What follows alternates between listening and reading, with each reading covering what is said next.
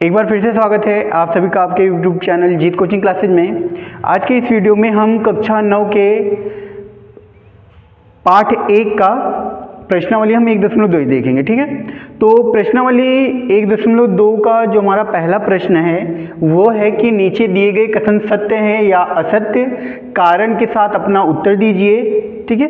यानी हमें पहले ये बताना है कि दिया गया जो वाक्य है वो हमारा सत्य है या असत्य है, उसके बाद हमें अपना कारण भी बताना है कि वो सत्य है तो क्यों है या असत्य है तो क्यों है, ठीक है। तो पहला प्रश्न है इसमें कि प्रत्येक अपरिमेय संख्या एक वास्तविक संख्या होती है। प्रत्येक अपरिमेय संख्या एक वास्तविक संख्या होती है। तो ये जो कथन है ये हमारा सत्य है। क्या है? सत्य है।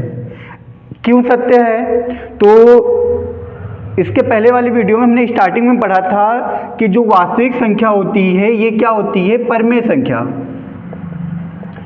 परमेय संख्या और अपरिमेय संख्याओं का समूह होता है।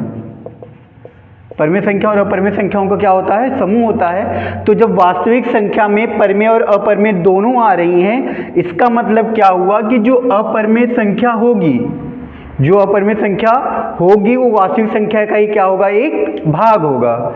इसलिए प्रत्येक अपरिमेय संख्या एक वास्तविक संख्या होती है, ये कथन हमारा सत्य है, ठीक है। ये समझ में आ गया। अब दूसरा वाक्य देखते हैं, दूसरा प्रश्न देखते हैं। दूसरे प्रश्न में हमें बताना है कि संख्या रेखा का प्रत्येक बिंदु अंडर रूट यम के रूप का होता है, जहां यम एक प्राकृतिक संख्या है। तो संख्या रेखा आप लोग देखे होंगे कि संख्या रेखा जो होती है ये 0 होता है। अगर हम दाहिनी तरफ आएंगे तो हमें धनात्मक संख्याएं मिलेंगी, अगर हम बाईं तरफ जाएंगे तो हमें क्या मिल जाएगा? ऋणात्मक संख्या मिल जाएगी।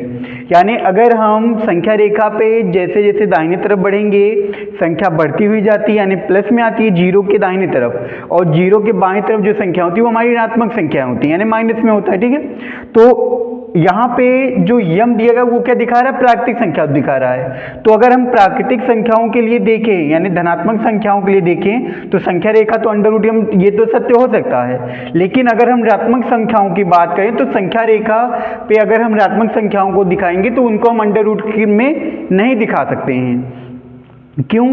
क्योंकि अंडर रूट में अगर कोई भी संख्या ऋणात्मक है तो वो हमारी क्या होती है? काल्पनिक संख्या होती है। इसीलिए संख्या रेखा का प्रत्येक बिंदु अंडर रूट यम के रूप का नहीं हो सकता है। इसका मतलब ये वाक्य क्या हो जाएगा? असत्य हो जाएगा। ये वाक्य क्या है? असत्य है। क्यों असत्य है? क्योंकि अंडर रूट यम को हम धनात्मक संख्याओं के लिए दिखा सकते हैं, लेकिन अंडर रूट यम को हम ऋणात्मक संख्याओं के लिए नहीं दिखा सकते हैं। और जो संख्या रेखा होती है हमारी, ये धनात्मक और ऋणात्मक दोनों के लिए होता है। इसीलिए संख्या रेखा का प्रत्येक बिंदु अंडर रूट यम के रूप का होता है, जहां m एक प्राकृतिक संख्या है। ये कथन हमारा असत्य है, ठीक है। अब हम देखते हैं तीसरा प्रश्न। तीसरे में हमें क्या बताना है कि प्रत्येक वास्तविक संख्या एक अपरिमेय संख्या होती है। तो ये जो सेंटेंस है, ये जो वाक्य है वो पहले वाले का क्या है? अपोजिट है। पहले वाले में बताया गया कि प्रत्येक अपरिमेय संख्या वास्तविक संख्या होती है, ये तो सही है। लेकिन इसमें कहा जा रहा है कि प्रत्येक वास्तविक संख्या एक अपरिमेय संख्या होती है। तो ये कथन हमारा क्या है? असत्य है। ये कथन क्या हो जाएगा? असत्य हो जाएगा। क्यों? क्योंकि वास्तविक संख्या का एक भाग अपरिमेय संख्या होती है, दूसरा भाग परिमेय संख्या होती है। तो अगर कोई भी संख्या किसी का एक भाग है तो वो पूरी संख्या नहीं हो सकती है।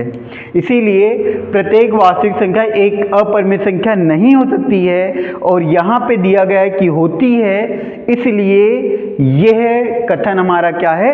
असत्य है, ठीक है। तो पहला कथन क्या हो गया? प्रत्येक अपरिमेय संख्या एक वास्तविक संख्या होती है, ये हमारा सत्य है। दूसरा है संख्या रेखा का प्रत्येक बिंदु अंडर रूट यम के रूप का होता है, जहां यम एक प्राकृतिक संख्या है। तो ये कथन हमारा असत्य है। क्यों असत्य है? क्योंकि संख्या रेखा पे जो बिंदु होता है, जो संख्या होती है, वो हमारी धनात्मक और ऋणात्मक दोनों होती है, और यम एक प्राकृतिक संख्या, ये केवल धनात्मक होगी, ऋणात्मक नहीं हो सकती है। इसलिए ये कथन असत्य है। और तीसरा कथन है कि प्रत्येक वास्तविक संख्या एक अपरिमेय संख्या होती है, तो ये भी कथन हमारा असत्य है। क्यों? क्योंकि वास्तविक संख्या का जो भाग होता है वो अपरिमेय संख्या और परिमेय संख्या होती है। तो वास्तविक संख्या का भाग अपरिमेय संख्या हो सकती है, लेकिन अपरिमेय संख्या का वास्तविक संख्या भाग नहीं हो सकती है, इसलिए ये कथन भी क्या होगा? असत्य हो जाएगा। ठीक है, तो ये तीनों समझ में आ गया। अब हम देखते हैं प्रश्न नंबर 2। हम क्वेश्चन नंबर 2 देखते हैं। क्वेश्चन नंबर 2 में हमें क्या बताना है? क्या सभी पूर्णांकों के वर्गमूल अपरिमेय संख्या होते हैं? यदि नहीं तो किसी संख्या के वर्गमूल का उदाहरण दीजिए जो परिमेय संख्या हो। ठीक है, तो इसका जो आंसर होगा, जब इसका हम हल लिखेंगे, हल में हो जाएगा, तो ऐसा नहीं होता है। ठीक है, सभी पूर्णांकों के वर्गमूल अपरिमेय संख्या नहीं होती हैं। उदाहरण के रूप में हम लिख सकते हैं, उदाहरण के रूप में हो जाएगा √25। √25 जो है, इसका वर्गमूल अगर हम निकालें तो इसका वर्गमूल कितना हो जाएगा? 5 हो जाएगा। और 5 एक परिमेय संख्या है, 5 एक परिमेय संख्या है, इसलिए सभी पूर्णांकों के वर्गमूल अपरिमेय संख्या नहीं हो सकती हैं। ठीक, इसमें बस यही इतना करना था, हमें नहीं बता देना। उसके बाद हम एग्जाम्पल के रूप में एक कोई भी पूर्ण वर्ग संख्या ले लेंगे जिसका हम वर्गमूल निकालेंगे, और वर्गमूल निकालने के बाद जो संख्या हमें मिलेगी वो हमारी क्या होगी? परिमेय संख्या होगी। इसलिए सभी पूर्णांकों के वर्गमूल अपरिमेय संख्या नहीं होती हैं, कुछ अपरिमेय होती है तो कुछ परिमेय भी होती हैं। ठीक है, समझ में ये आ गया। अब हम आगे बढ़ते हैं अपने प्रश्न नंबर 3 की तरफ। आइए बच्चों, हम प्रश्न नंबर 3 देखते हैं। 3 में हमें क्या बताना है कि दर्शाइए कि संख्या रेखा पर √5 को किस प्रकार निरूपित किया जा सकता है। इसके लिए हम क्या करेंगे? सबसे पहले एक संख्या रेखा खींच लेंगे इस तरह से। संख्या रेखा में यहाँ पे 0 हो जाएगा, इस तरफ हमारी ऋणात्मक संख्या हो जाएंगी, और इस तरफ 1 2 3 इस तरह से हो जाएगी धनात्मक संख्या। अब क्या करना है? हम जो 0 है इसको हम a मान लेंगे, और इस 0 से हम 1 सेंटीमीटर की दूरी पर जो 1 है वहाँ पे हम b लिख लेंगे। ठीक है, अब इसके बाद क्या करना है? तो यहाँ पे हम लिख लेते हैं सबसे पहले एक संख्या रेखा, एक संख्या रेखा खींचा। ठीक है, एक संख्या रेखा खींचा। अब क्या करेंगे? हम बिंदु B पर 1 सेंटीमीटर की 1 सेंटीमीटर का लंब BC खींचे। ठीक है, BC खींचा, तो यहाँ पे हो जाएगा, आ जाएगा C। ठीक है, ये इतना हो गया। अब इसके बाद क्या करेंगे? A तथा C को मिलाया, A तथा C को मिलाया, और A और C को जब हम मिलाएंगे तो हमें मिल जाएगा, यहाँ पर A और C को मिला देंगे तो यहाँ पे क्या मिल जाएगा? हमें AC मिल जाएगा। अब हम लिखेंगे यहाँ पे त्रिभुज ABC में पाइथागोरस प्रमेय से, पाइथागोरस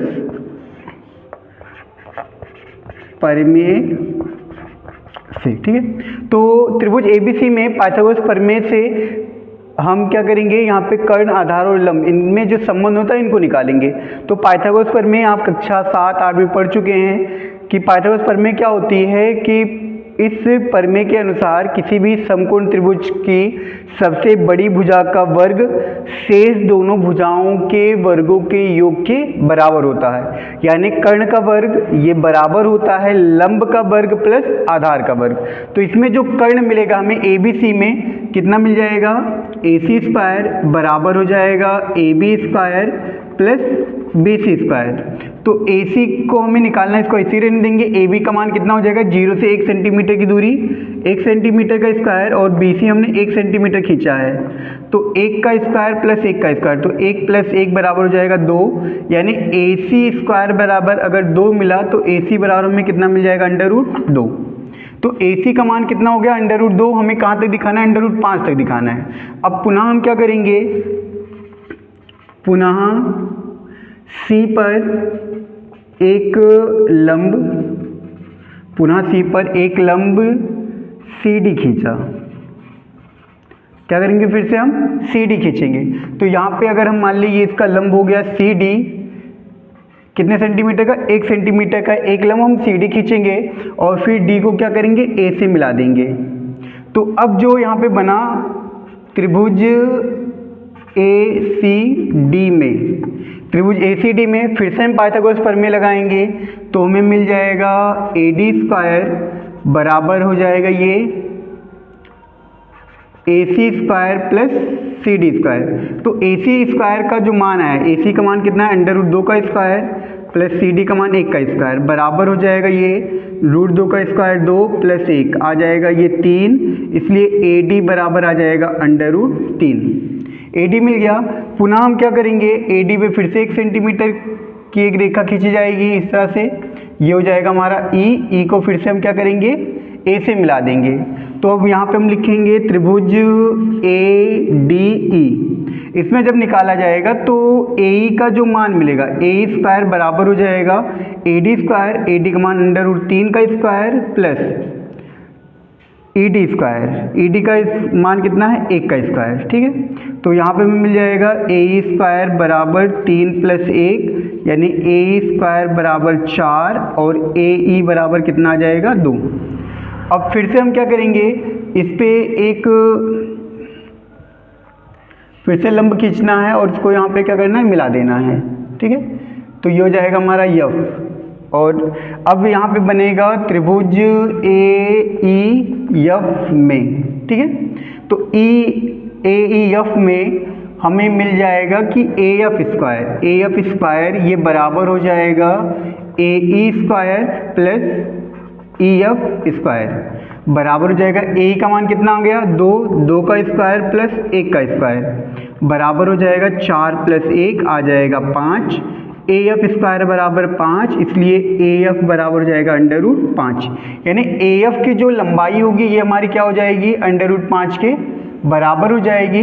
जब AF यानी जो जितना हमें संख्या रेखा पे दिखाना है जब मिल जाएगा तो अब हम क्या करेंगे, गोला प्रकार की सहायता से इस पे गोला प्रकार रखेंगे और पेंसिल की नोक हम F पे रख के इस तरह से एक छाप लगाया जाएगा, ठीक है। और ये जहाँ पे इसको विभाजित करेगा तो 0 से लेके यहाँ तक की जो हमारी दूरी होगी ये कितनी हो जाएगी √5 के बराबर हो जाएगी, ठीक। तो इस तरह से हम संख्या रेखा पर √5 को प्रदर्शित कर सकते हैं, ठीक है। तो फिर से देखते हैं, सबसे पहले हम क्या करेंगे, एक संख्या रेखा बना लेंगे। संख्या रेखा बनाने के बाद हम इस पे अंकों को अंकित करेंगे। माइनस हो गया, -1 0 1 2 3।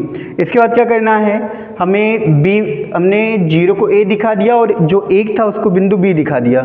फिर हम B पे 1 सेंटीमीटर लंबाई का एक लंब खींचेंगे, C हो जाएगा, B से हमारा लंब हो गया। और फिर A और C को मिलाएंगे, तो मिलाने के बाद यहाँ पे एक समकोण त्रिभुज ABC बनेगा और समकोण त्रिभुज ABC में हम पाइथागोरस प्रमेय लगाएंगे जिसकी सहायता से हम AC का मान निकालेंगे। तो AC² बराबर AB² प्लस BC²।